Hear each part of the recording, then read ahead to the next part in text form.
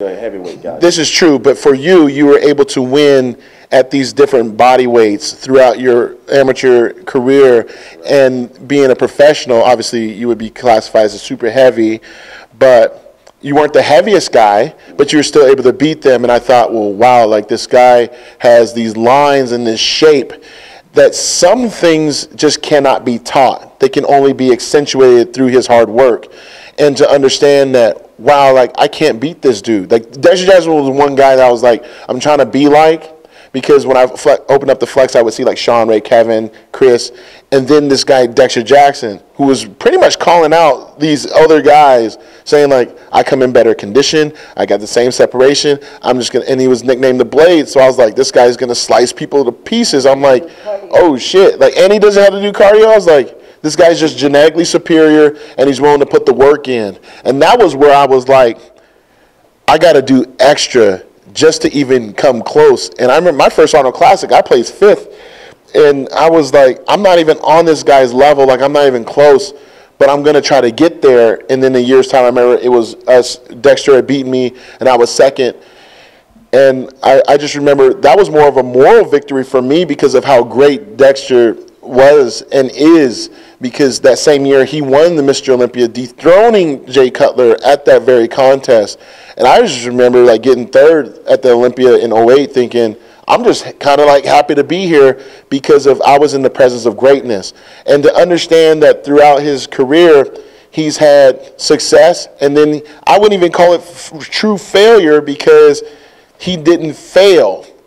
He may have failed, but he wasn't a failure because he never gave up. He came back. And then if he got beat, he didn't quit, so he wasn't a failure. He just failed at that objective and then won again. And then even in this Arnold Classic, you had everybody else's name, but Dexter's really going in a year out. And I remember thinking to myself, there was 2 cats I thought that could do it, Branchmore and Dexter Jackson. And I remember thinking to myself, well, have they not forgotten that this guy is a champion, a Mr. Olympia champion? It's beyond me that a Mr. Olympia champion would not be even mentioned in the conversation heavily of at least top 3 at that contest. And to your credit, regardless of age, there's a lot of experience. Being that I just placed 5th in Olympia. Right. And no one else was higher ranking than me, so. So that's where I thought, going back to what Ashley was saying, go back to what you're saying, that fire gets restored. It was never extinguished, no matter what other people say. You go back, you punch them in the mouth, whatever. That's what makes us who we are. And I think all of us would attest to saying that none of us are going to apologize for wanting to be successful and to be a champion.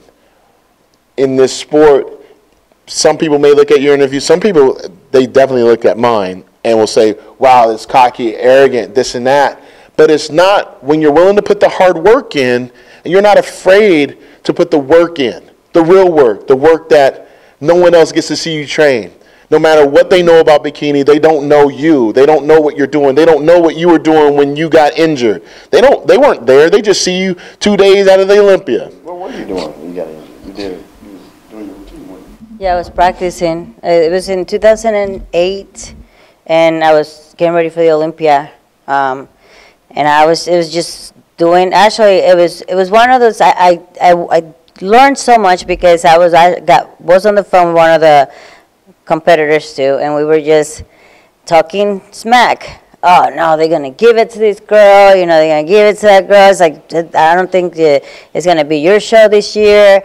And I got so upset, and I'm like, F this, man. And I just, after I was done with my practice, I said, I gotta go back and do this again. Just a simple thing, and I just, like, my whole knee went out, and I was like, oh, what happened?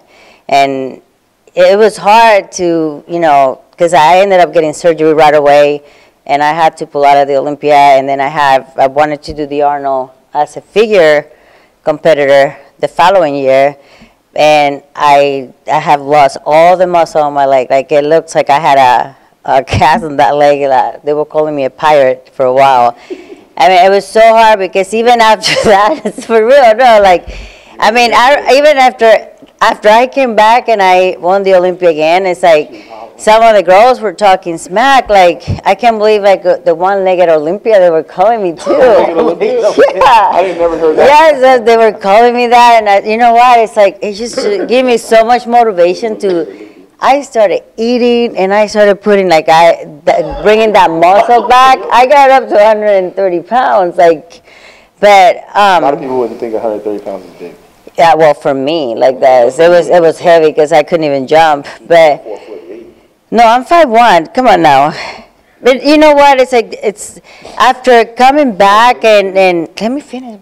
Damn it! I was like, you guys are so bad. He said you were 4'8". I had your back. Yeah, but he's like, well, you're not that tall. Way taller than you. Well, you're like 5'4". No, hell.